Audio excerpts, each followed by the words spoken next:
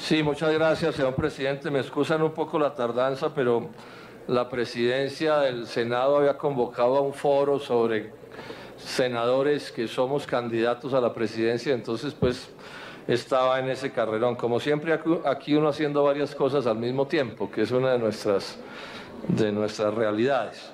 Bueno, una introducción breve de cómo estamos en este momento en el agro y un comentario o una explicación de por qué vamos a votar o le dimos ponencia negativa a este proyecto. Bueno, primero esto. Definitivamente la situación del agro colombiano se sigue consolidando como un desastre, ¿no? Es un desastre de por lo menos 25 años bien marcados. Voy a dar unos hechos sin entrar en detalles, pero creo que vale la pena señalarlo. El año pasado importamos cerca de 13 millones de toneladas, 12.8 millones de toneladas de productos del agro. O sea, el trabajo nacional y la producción nacional, tanto campesina como indígena como empresarial, está siendo reemplazada por la producción extranjera. Esto es lo peor que le puede pasar a un país. Estamos perdiendo o tenemos perdida la seguridad o la soberanía alimentaria. Y en exportaciones nada, señor ministro, nada, cuentos. Ayer hablaba con un especialista, empresario en estos asuntos. Estamos exportando los mismos, o sea, Colombia no crea un nuevo renglón de exportación agraria desde hace 50 años que aparecieron las flores. O sea, seguimos en el café, en el banano y en las flores. Las demás cosas son básicamente marginales. Bueno, y algo de azúcar dependiendo de las circunstancias, que es también de hace varias décadas. Segundo, las 2/3 partes de las tierras rurales de Colombia con vocación agrícola, con posibilidad agrícola, no están en producción agrícola, sino que son como unas especies de lotes de engorde esperando valorizaciones, producto en muy buena medida del propio modelo económico que se tiene. Y miren lo que está sucediendo hoy en medio de esta votación, mis estimados congresistas de todos los sectores. Miren el desastre de la leche. Ahí están los productores santanderianos teniendo que votar las leches de sus lecherías porque no hay ni quien les compre el producto, para no mencionar que los otros están vendiendo a pérdida lo que logran vender. El arroz tuvo que hacer una marcha grande la semana pasada a Bogotá, yo estuve con ellos, para lograr que el ministerio tomara alguna medida que espero, doctor Iragorri, se cumpla religiosamente, porque si no se cumple la medida se van a quebrar los arroceros en medio de los abusos del oligopolio comprador de arroz. En tercer término, el cacao. Entusiasmaron a miles de compatriotas con que el cacao era el futuro y los precios se cayeron a la mitad, y hay un drama social en el mundo cacaotero y hay toda una indignación porque a la gente la arriaron para meterla en eso con el cuento de que eso que iba a ser el futuro. Ahí acaba de salir una declaración, bueno, Dignidades Agropecuarias lo dice todo el tiempo, pero acabo de leer una posición de Fedepapa, la Federación de Cultivadores de Papa, escandalizados y ofendidos porque está inundándose el país de papas industriales europeas que entran con dumping. En Brasil ya les pusieron una demanda internacional porque esa papa está entrando mediante un fraude y se están arruinando los paperos. Y todos sabemos, o todos sabemos no, pero algunos sabemos que estamos a puertas de inundar al país de etanol gringo, de alcohol carburante gringo, que va a entrar a Colombia, ese etanol subsidiado en Estados Unidos y subsidiado en Colombia, senadores, esto es inaudito. O sea, Colombia subsidiando la producción agrícola norteamericana que nos invade y nos desplaza del mercado. Pues yo sí les digo, si ustedes le piden a un computador bien poderoso una peor política agraria, les sale esta. Así de pronto el ministerio eche un cuento u otro y de pronto aumente alguna cosa por aquí o por allá, pero el centro de la política es el reemplazo del trabajo nacional por el trabajo extranjero, porque todo esto está vinculado con los TLCs. Lío de la leche, TLCs, lío del arroz, TLCs, lío del cacao, el libre comercio en últimas, lío de la papa, lo mismo, lío del etanol, lo mismo. Yo lo advertí cuando se aprobaron las leyes de los subsidios al etanol. Le pregunté al ministro de esos días, oiga ministro, ¿y van a poder importar etanol subsidiado por los colombianos? Esto fue hace 15 años y me dijo, sí doctor, esa es la política. O sea, si el país supiera estas realidades, estos gobiernos caerían como una piedra. Se sostienen es porque el país ignora estas realidades. y enredan a la gente con promesas y con cuentos. Bueno, primer cosa. Segundo, el tema del agua, que es en buena medida lo que nos ocupa en este proyecto. Claro, sin agua no hay vida y sin agua no hay agricultura. Y es imposible encontrar un país peor dotado en aguas de riego que Colombia. Les voy a dar unas cuantas cifras. Del área potencial de riego en Colombia, hay sistemas de riego en el 7%. 7%, o sea, nada. Casi que el cero, nada por ciento. Miren ustedes, en Estados Unidos, 56%, en Brasil, 77%, en Canadá, 65%, en Corea, 59%, en Alemania, 98%, en el Reino Unido, el 100%.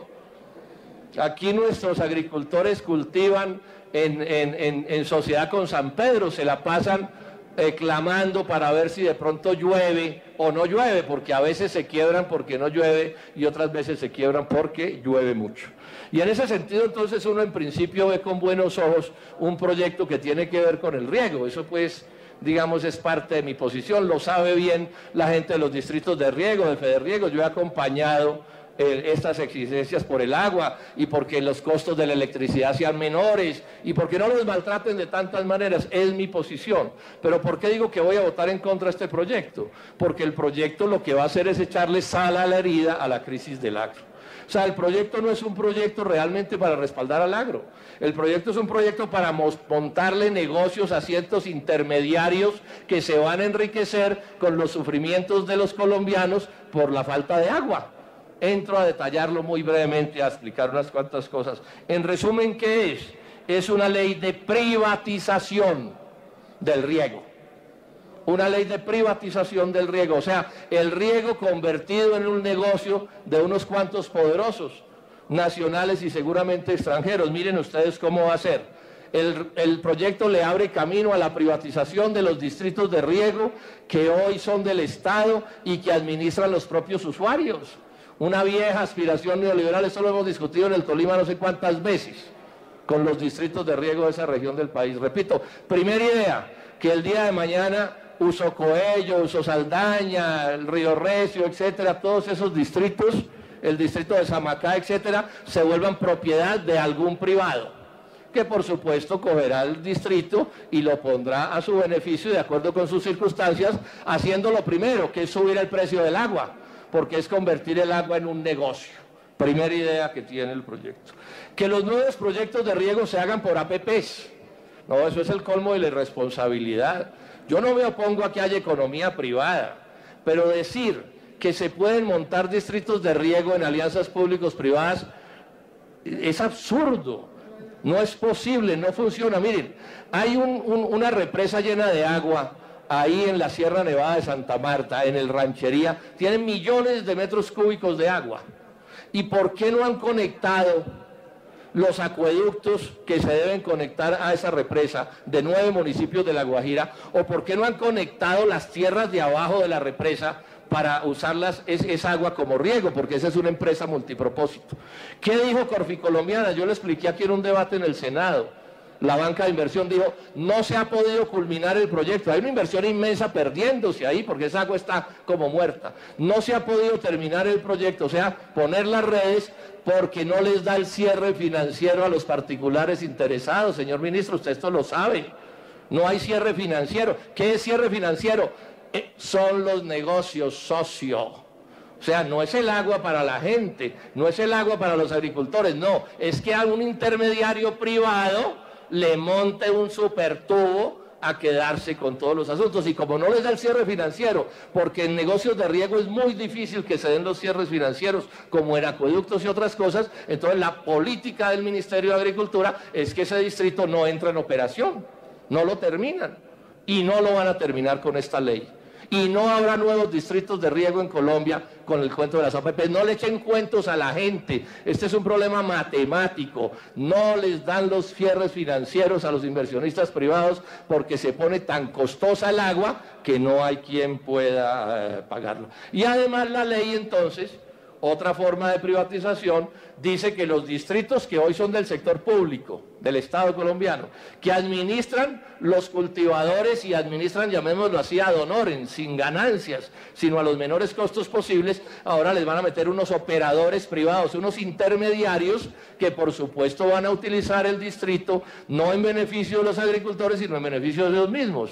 ¿Y eso qué quiere decir? Pues más costo en el agua, o de dónde va a salir la plata para que ese privado nacional o extranjero se enriquezca. Pues muy simple, de desplumar a los agricultores, o sea, de apropiarse de parte de lo que hoy son las utilidades de los agricultores.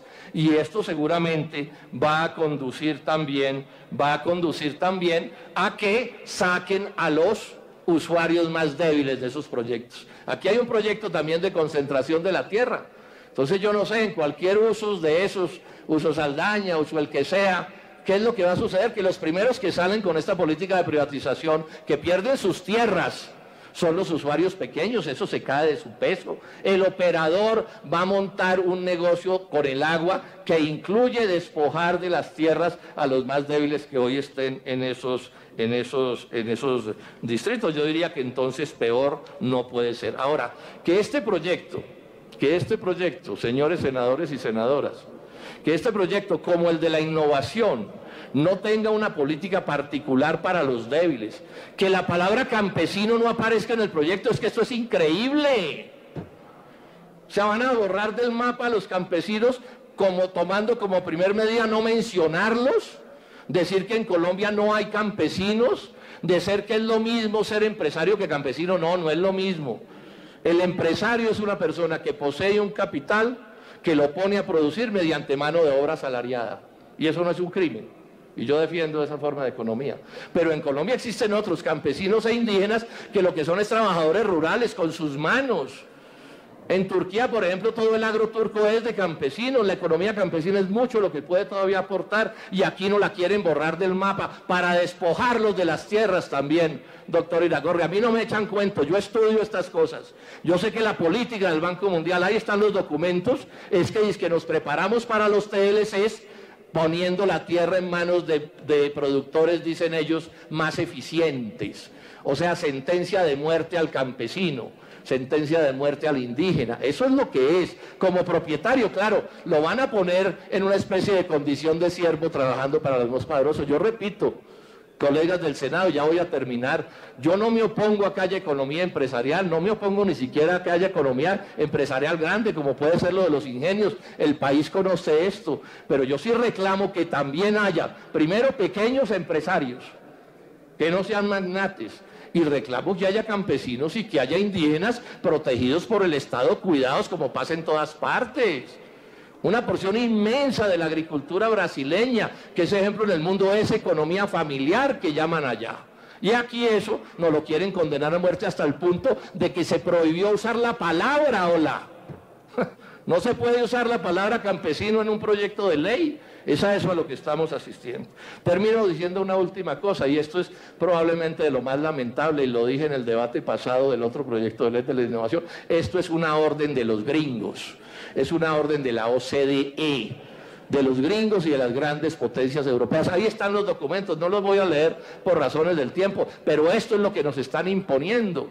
Y esto contiene dos trucos. Uno, que el poco agro que termine quedando en Colombia sea controlado por ellos, y que en general el agro desaparezca para acabar de inundarnos de productos extranjeros. Esa es la política, todos sabemos, eso es lo que se está aplicando en este país, y es una de las razones, y lo digo con toda claridad, por las cuales estoy adelantando esta campaña presidencial. Aquí alguien tiene que decir 4 o 5 verdades, y tiene que levantar a los campesinos y a los pequeños y medianos empresarios, a los que son distintos de las transnacionales, a que reclamemos. Colombia necesita también una clase media empresarial, la necesita. Hoy en un foro propuse, en mi gobierno se va a crear un ministerio de la clase media empresarial para defender a los ciudadanos comunes y corrientes. Colombia no puede ser un país donde el sol no salga para todos, todo para los monopolios, todo para las transnacionales, todo para los intermediarios, no para los que crean riqueza, sino para las sanguijuelas que les ponen a que les cobren un peaje por cultivar la tierra o desarrollar la economía. Y este proyecto, les digo con toda tranquilidad, es un proyecto de eso.